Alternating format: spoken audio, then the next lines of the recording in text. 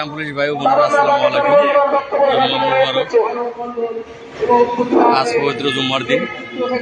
মহান আল্লাহ রাব্বুল আলামিন যেন পবিত্র জুম্মার দিনের উসিলায় আমাদের সকলকে ক্ষমা করে দেন। আমি অনেকটাই হতাশ, যা বলার বাহিরে। আজকে 40তম দিন পার করছি, কিন্তু গ্রাম পুলিশের মধ্যে কোনো জাগরণ সৃষ্টি করতে পারেনি। প্রাইমারি স্কুলের শিক্ষকদের আজকেই তারা কাপড়ের কাপড় মাথায় বেঁধে কিন্তু নেমে গেছে, আমাদের পাশেই আছে।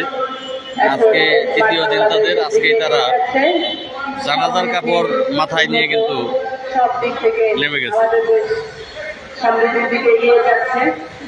কিন্তু 47,000 গ্রাম পুলিশ বাহিনীর সদস্যদের মধ্যে আমি জাগরণ সৃষ্টি করতে পারিনি। আসলে ব্যর্থ আমি, আপনাদের কোনো দোষ নেই।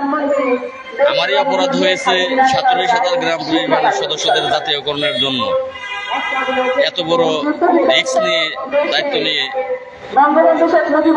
এই অবস্থান কর্মসূচি সিদ্ধান্ত নেয়। আমার বোঝা উচিত ছিল যে জাতির ভাগ্যটা 230 বছরে পরিবর্তন হয়নি, কেন হয়নি, তাদের ভাগ্যটা পরিবর্তন করা এতটা সহজ না, এটা আমার বোঝা উচিত ছিল। আপনাদের কোনো দোষ নাই, আসলে দোষটা হলো আমার। আমি আপনাদের ভালোবাসা পাবার যোগ্য না, আপনাদের মন জয় করার যোগ্যতা আমার নেই। যতই সাংবাদিক সম্মেলনের দিন ঘনিয়ে আসছে, ততই মানসিকভাবে দুর্বল হয়ে পড়ছে। আসলে হেরে গিয়ে বাড়ি ফিরে যাব, মান সম্মান নষ্ট হবে, সেই ভয় আমার মধ্যে নেই। আমার মধ্যে যে ভয়টি কাজ করছে যে হেরে গিয়ে বাড়ি ফিরে গেলে 47,000 গ্রাম পুলিশ সদস্যদের কি হবে। এখানে বয়স্ক লোকের সংখ্যা বেশি। সারা বাংলাদেশে 4,562টি ইউনিয়ন পরিষদ আছে। এই 4,562টি ইউনিয়ন পরিষদের দফাদার যারা আছে, বেশিরভাগ দফাদার বয়স্ক, অল্প শিক্ষিত এবং অশিক্ষিত সংখ্যা সবচেয়ে বেশি।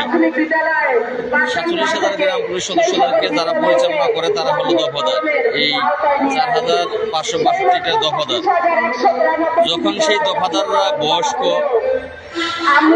অর্ধশিক্ষিত, অশিক্ষিত, তখন দাবি আদায় করাটা কঠিন হয়ে দাঁড়ায়। আবার থানা যে সভাপতি, সেক্রেটারি, তারাও বয়স্ক। আর কেন্দ্রীয় কমিটির কথা বলার কিছু নেই। কেন্দ্রীয় কমিটির চেয়ারম্যান, মহাসচিব থেকে শুরু করে যারাই কেন্দ্রীয় কমিটিতে আছে, প্রত্যেকেই বয়স্ক, চাকরি যায় অবস্থা।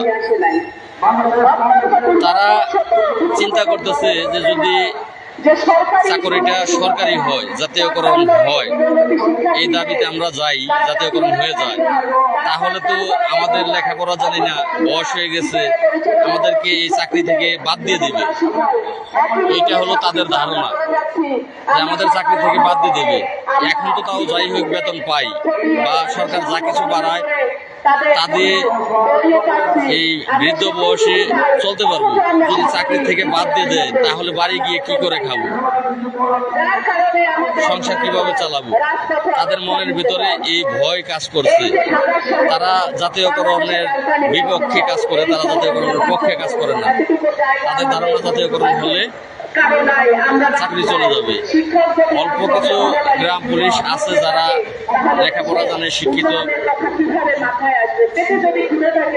সমস্ত ডকুমেন্টস নিয়েই তারা ঢুকেছে, তাদের যোগ্যতা নিয়ে তারা ঢুকেছে, কিন্তু তাদের কিছুই করার নেই। তারা কোণঠাসা হয়ে পড়ে আছে। যখন দফাদার বিপক্ষে, তখন গ্রাম পুলিশের আর কিছুই করার থাকে না। দফাদার থেকে শুরু করে থানার যারা নেতৃত্ব দেয়, সভাপতি, সেক্রেটারি, কমিটি, তারা বিপক্ষে। ইয়াং জেনারেশনেরা সেখানে কথাই বলতে পারে না। পাশাপাশি কিছু ইয়াং জেনারেশন আছে যারা এই বৃদ্ধ কমিটিতে দুই এক একজন জেলা সভাপতির পদ পেয়েছে, কেন্দ্রীয় কমিটিতে পদ পেয়েছে এবং পোশাক টেন্ডার কমিটির সভাপতি হয়েছে। এমন কিছু ইয়াং জেনারেশন আছে, তারাও বৃদ্ধদের সাথে তাদেরকে সাপোর্ট করে যাচ্ছে। ইয়াং জেনারেশন গ্রাম পুলিশ সদস্যরা আরো কোন ঠাসায় পড়ে গেছে। এই জাতিটাকে এগিয়ে নিয়ে যাওয়া খুব কঠিন একটা ব্যাপার। 46,000 লাঠি সরকার থেকে দেওয়া হয় 46,000 গ্রাম পুলিশ সদস্য। এখন এই 46,000 লাঠি যদি 100 বা 200 গ্রাম পুলিশকে বলা হয় তোমরা এই লাঠিগুলো নিয়ে যাও, তাহলে সেই লাঠিগুলো বোঝা বেয়ে নিতে হবে, তাও নেওয়া যাবে না। একটা থানার যে বেতের লাঠি গ্রাম পুলিশদের দেওয়া হয়, যদি একজন গ্রাম পুলিশকে বলা হয় এই বেতের লাঠিগুলো তুমি নিয়ে যাও, সে এটা হাতে করে তো পারবেই না, মাথায় করেও পারবে না। তার জন্য এটা বোঝা হয়ে দাঁড়াবে, মাথায় করেও নিতে পারবে না। একটা ইউনিয়নের 10টা লাঠি নিতে গেলে তখন 2 হাত দিয়ে নেওয়া যাবে না, বাম দিয়ে নিতে হবে। সে জায়গায় এই 47,000 গ্রাম পুলিশের ভাগ্য পরিবর্তন, এই যে 1 জন 2 জন 3 জন 4 জন 5 জন, এই 5 জন লোক 6 জন 7 জন 10 জনের উপরে ওঠেনি। এই 10 জন লোকে কিভাবে এই 46,000 গ্রাম পুলিশের জাতীয়করণের যে বোঝাটা সেটা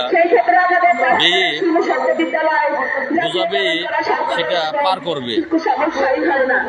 তো যাই হোক, আমি আপনাদেরকে বহুভাবে বোঝানোর চেষ্টা করেছি, কিন্তু বোঝাতে ব্যর্থ হয়েছি। এটা আপনাদের দোষ না, দোষটা আসলে আমার। তারপরেও আমি হাল ছাড়িনি, হাল ছাড়বো না। তবে একটা কথা আপনাদেরকে আজকে জুমার দিন বলতে চাই, মহান আল্লাহ তার বান্দাদেরকে বোঝানোর চেষ্টা করে। যখন কোনো বান্দাকে বোঝাতে পারে না, সেই কোন দেশে সব আল্লাহর বিপক্ষে চলে যায়, তখন সেই দেশে আল্লাহ পিছনের যুগ যুগ ধরে নবী রাসূলগণের ইতিহাস ঘাটলে দেখা যায় যে যখন নবীরা বোঝাতে অক্ষম হয়েছে, বোঝাতে পারেনি, মানুষকে বোঝাতে পারেনি, ব্যর্থ হয়েছে, তখন আল্লাহর তরফ থেকে সেই জাতির উপর, সেই দেশের উপর আল্লাহ মহাপ্লাবন দিয়েছে, ধ্বংস করে দিয়েছে আল্লাহ। 47,000 গ্রাম পুলিশের অবস্থা আজকে ঠিক তাই। মনে হচ্ছে যে অভিশপ্ত একটা চাকরি, অভিশপ্ত একটা চাকরির নাম, অভিশপ্ত একটা জীবন। দেশের মাননীয় প্রধানমন্ত্রী সে কিন্তু দেশের যথেষ্ট পরিমাণ উন্নয়ন করেছে, কিন্তু শুধু গ্রাম পুলিশের করেনি। আজকে যাদেরকে আপনারা কাফনের কাপড় পরে এখানে বসা দেখছেন, তাদের বেতন কিন্তু 6,000, 7,000, 8,000, 10,000 না। তাদের বেতন ভালো, তারা কিন্তু চলতে পারে। তারা যে বেতন পায় সেই বেতন দিয়ে তারা সংসার চালাতে পারে। তারপরেও তারা জাতীয়করণের এক দফা দাবি নিয়ে মাথায় কাফনের কাপড় পরে বসে গিয়েছে। আর 47,000 গ্রাম পুলিশের 6,500 টাকা বেতন, তারা কিন্তু আজকে 40 দিন এখানে বসে আছি জায়গা নিয়ে, তারপরেও তারা তাদের মনের মধ্যে জাগরণের সৃষ্টি হয়নি যে জাতীয়করণ দরকার। এই জাগরণটা তাদের মনের মধ্যে সৃষ্টি হয়নি। এখন আজকে স্যারের সাথে কথা বললাম, স্যার আমাকে বলল, লাল মিয়া, আমি তো তোমাকে স্বাধীনতা দিয়ে দিয়েছি, এখন তোমার লোকজন দিয়ে তুমি যদি কাজে না লাগাতে পারো তাহলে আমি আর কি করব বলো। যাই হোক, আর বলবো না।